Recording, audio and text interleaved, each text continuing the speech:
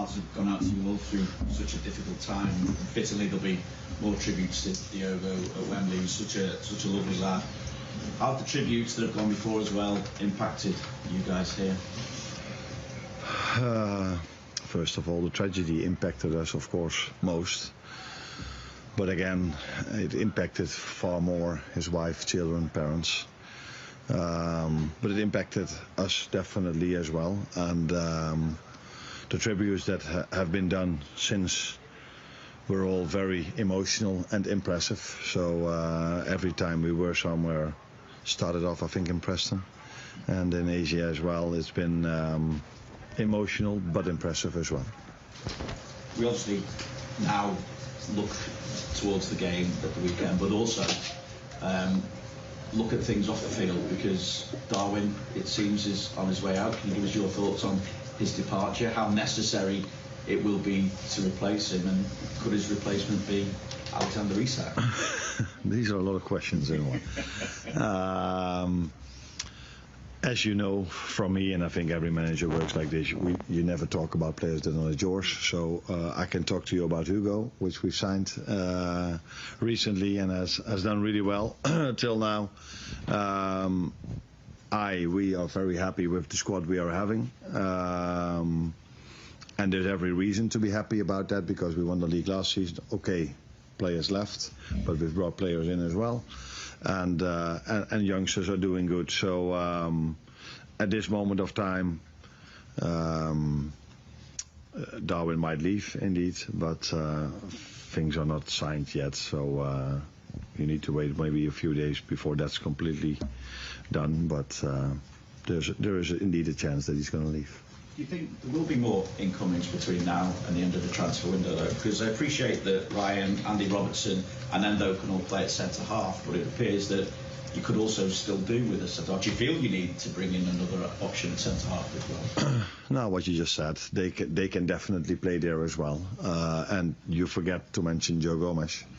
Unfortunately, he has a minor injury at the moment, but he will be back with the team very soon. So we still have numerous options that can play there.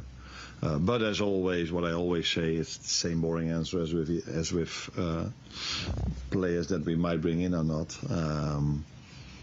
I'm really happy with the players we are having, and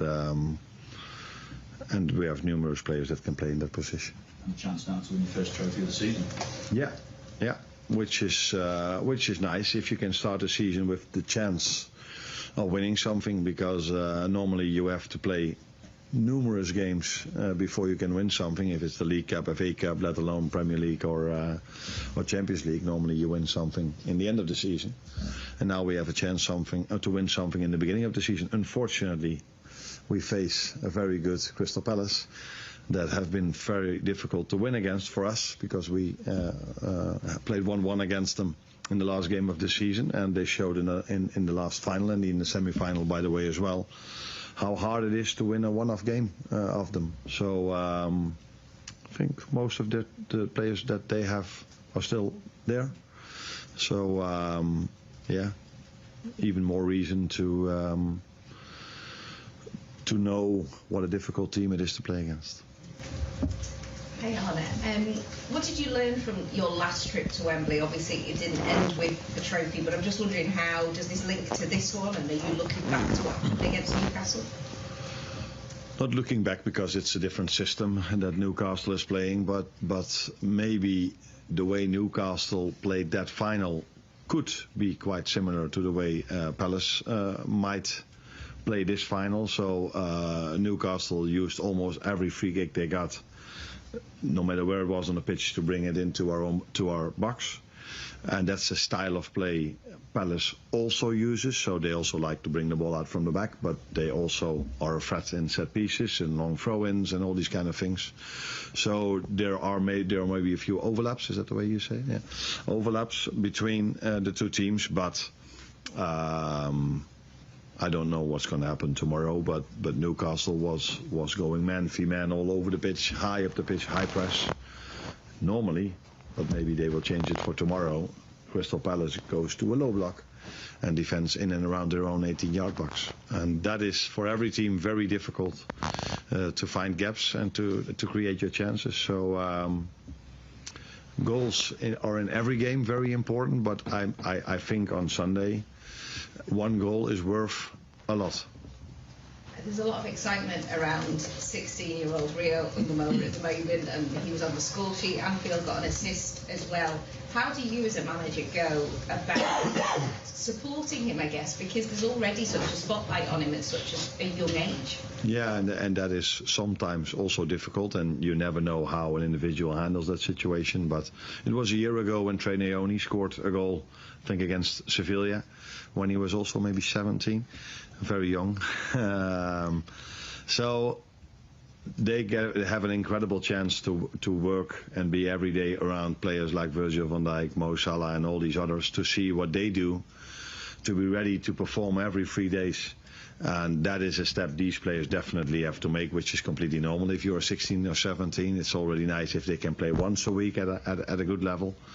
And we just try to develop them in the best way we can, but we also have to take care of them, because new players that come in that are 24, 23, 22 already experience that the intensity levels are quite high, either during the games or in training sessions, let alone for players that are 16 and coming through the academy.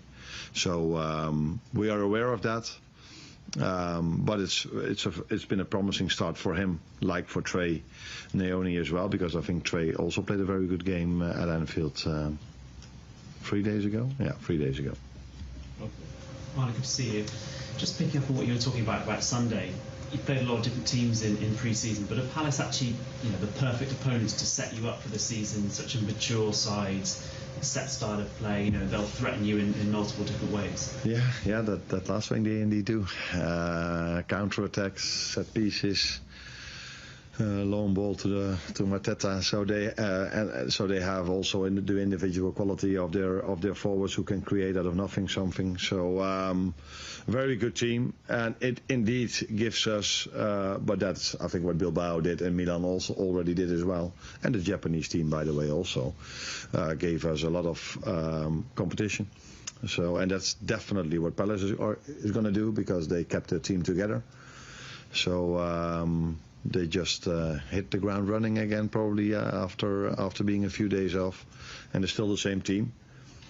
So a team that performed really well, especially in the end of last season, and so yeah, a good challenge for us to start the season with. And considering how much you had to acclimatise to last summer and how late players arrived, just how valuable from a coaching point of view have you found this pre-season? That's completely true. The good thing about last season was that the whole squad stayed, so they knew each other very well already. Now a few players have left. We brought a few players in, so that always takes a bit of adaptation as well, because the players we've brought in, some of them have different qualities than the qualities we already had. So they need to adjust to their new teammates, but we have to adjust to them as well. And it's a good thing we could have worked already for 4 weeks now, I think. So that's the pleasing part of not having a World Cup or another tournament in the summer, that you can work with them from the start. Hi Arne, I wanted to ask you a little bit about the attacking depth of the squad. First out of the season. Last year in the Premier League, you were able to name 5 senior attackers in 32 of the 38 league games, and 6 senior attackers in 13 of the 38 league games. I wonder what importance that depth, not only on the pitch but on the bench, had to the success last season, and are you trying to replicate it again this year? I don't know what senior players exactly means. Does that mean that you play for your country, or you have a certain age, or because a player like Rio showed in the last few games he played for us that at senior level he can have an impact as well. So we think we already have a lot of attacking power in our team. So when I think about Cody Gakpo, Federico Chiesa, Hugo Ekitike, Mo Salah, Jeremy Frimpong, who can play as a right winger, Florian Wirtz, who can play as a left winger. So I already feel I have a lot of attacking options in my current squad. But as always, as a club, we are always looking at the chances in the market. But that can also be in the midfield or in the last line. Also, with obviously last season Mo Salah being so consistent in his appearances, it didn't really give a lot of opportunities for someone like a Chiesa. This year, obviously, we've got the African Cup of Nations coming, so there's going to be a little bit of a time when Mo Salah isn't around. Are you going to be thinking about that in terms of squad building and recruitment, or does, as I say, this give more opportunity to someone like Chiesa? Yes, we definitely thought about that, and we brought in Jeremy Frimpong because we think he can play as a right fullback, but I also think and feel he can play as a right winger. So yes, we did thought about the fact that we're going to miss Mo. I think as a maximum 6 games, but that's quite a lot in the Premier League, especially if you see how well he did last season. So yeah.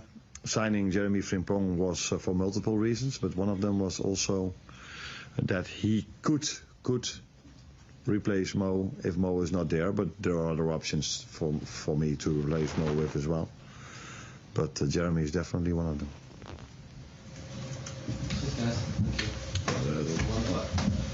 Just see that how far do you think Alexis McAllister is behind?